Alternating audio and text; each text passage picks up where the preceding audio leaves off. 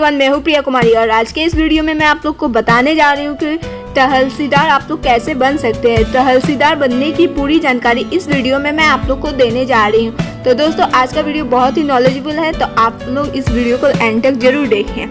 हमारे देश में अनेक राज्य हैं और प्रत्येक राज्य कई जिलों से मिलकर बना होता है। एक जिले में अनेक तहसील होते हैं।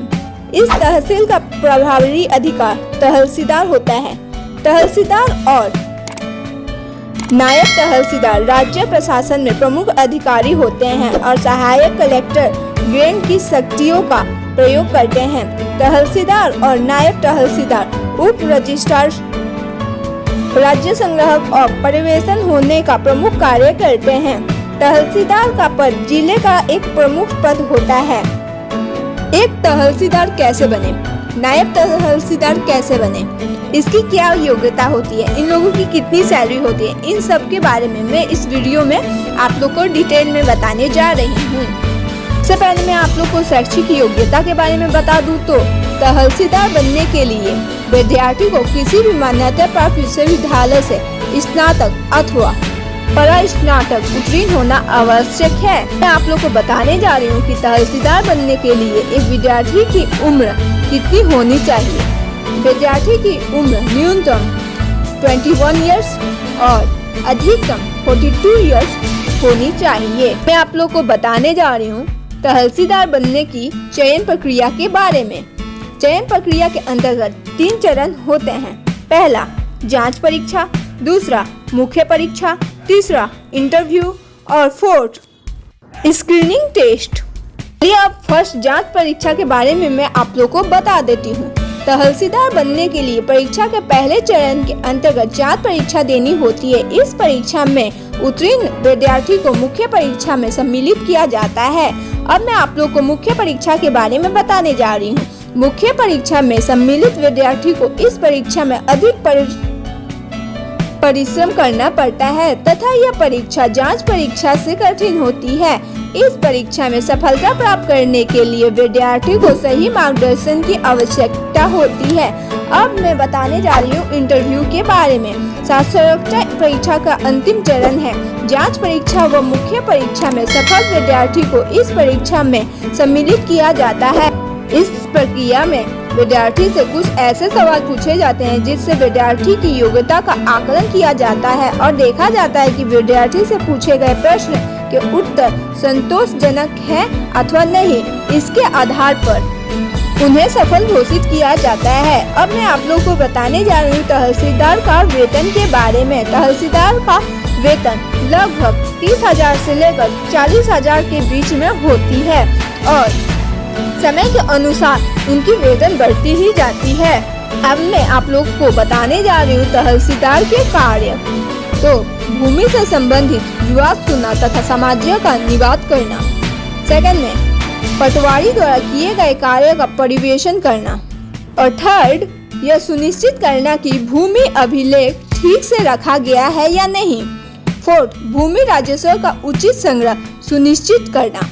फिफ्थ यह सुनिश्चित करना कि किसान आसानी से अपने रिकॉर्ड की प्राप्ति प्राप्त कर सके। 7 छात्रों के लिए जाति प्रमाण पत्र, निवास आर्य तथा विभिन्न प्रकार के प्रमाण पत्र तहसीलदार के हस्ताक्षर द्वारा मान्य होते हैं। अब 1 नंबर में आप लोगों को कार्य बताने जा रही हूँ। भूमि अधिग्रहण और संपत्ति अधिग्रहण के मामलों के उनके कार्यालय द्वारा तैयार किया जाता है। किसी भी प्राकृतिक आपदा या बाधाओं से होने वाली हानि के लिए तत्काल राहत अभियान प्रारंभ करना इनका प्रमुख कार्य है। अब 9 नंबर में आप लोग को बताने जा रही हूँ। किसी भी कारण जैसे कि बाढ़, पानी, बारिश के कारण फसलों का कुल नुकसान का मूल्यांकन कर इसका मुआवजा तहसीलदार द्वारा प्रबंधित किया जाता है। अब मैं आप लोग को बताने जा रही हूँ 10 नंबर पॉइंट के बारे में। तो वो है तहसीलदार अपने तहसील के बीज और उर्वरक आवश्यक के लिए खाद्य पदार्थों और आपूर्ति पर नजर रखता है।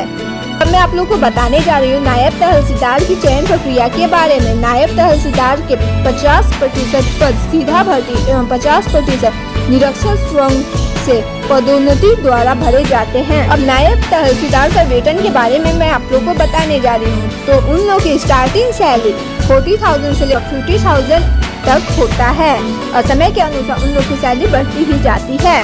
नायब तहसीलदार कैसे बने हेतु आवश्यक टिप्स मैं आप लोग को बताने जा रही हूँ। तो सबसे फर्स्ट में मेरा टिप्स है, नायब तहसीलदार बनने हेतु सबसे पहले अपने लक्ष्य को निर्धारित करें, अर्थात लक्ष्य निर्धारित करने के उपरांत उसमें परिवर्तन ना करें।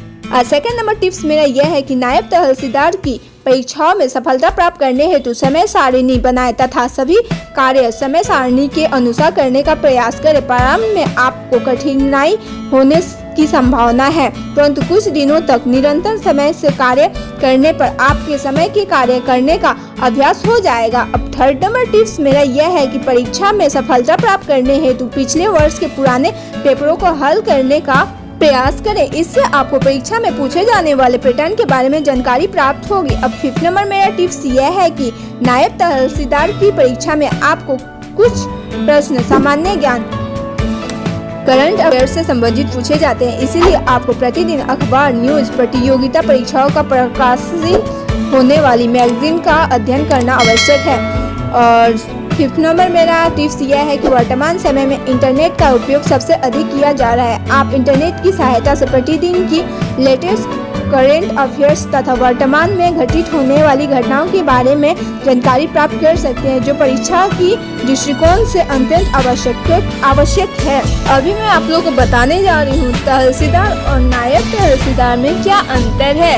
तहसीलदार के प्रभाव अधिकारी को तहसीलदार कहा जाता है। हालांकि तहसीलदार और नायब तहसीलदार के राजस्व और मजिस्ट्रेट कर्तव्य में कोई महत्वपूर्ण अंतर नहीं है। राजस्व मामले में सर्किल राजस्व अधिकार के रूप में अपनी मंडलियों में सहायक कलेक्टर ग्रेड सेकंड की शक्तियों का प्रयोग करते हैं। तहसीलदार और नायब तहसीलदार को उनके पदों के जिलों में पूर्व कार्यकारी मजिस्ट्रेट के रूप में नियुक्त किया जाता है, परंतु उन्होंने मानक और साथ ही साथ भाषा पेपर में, आपराधिक कानून पेपर में संबंधित निर्धारित विभागीय परीक्षा उत्तीर्ण की हो। एक तहसीलदार को सहायक कलेक्टर ग्रेड 1 की शक्तियों के साथ विभाजित किया गया है। नायब तहसीलदार को इस शक्ति के साथ सम्मिलित नहीं किया गया है। इसके अतिरिक्त तहसीलदार के वरिष्ठ राजस्व अधिकार के रूप में और इसके प्रभारी कुल मिलाकर तहसीलदार में मंडल राजस्व अधिकार, नायब तहसीलदार और स्वयं के मध्य कार्य के समन्वय और वितरण की शक्तियाँ होती है। तहसीलदार राज्य सरकार के द्वितीय श्रेणी के राजपत्रित अधिकारी हैं और राजपत्रित अधिकारी के रूप में प्रमाण पत्र बनाने और जारी करने में सक्षम है, जबकि नायब तहसीलदार को यह अधिकार प्राप्त नहीं है। तो दोस्तों, वीडियो आज का आप लोग को कैसा लगा ये कमेंट करके जरूर बताएं। और वीडियो अच्छा लगा हो तो वीडियो को लाइक करें और चैनल को सब्सक्राइब करें। और वीडियो अच्छा ना लगा हो तो वीडियो को डिसलाइक कर दें। और आज के लिए इतना ही, मिलते हैं अगले वीडियो में and thank you for watching.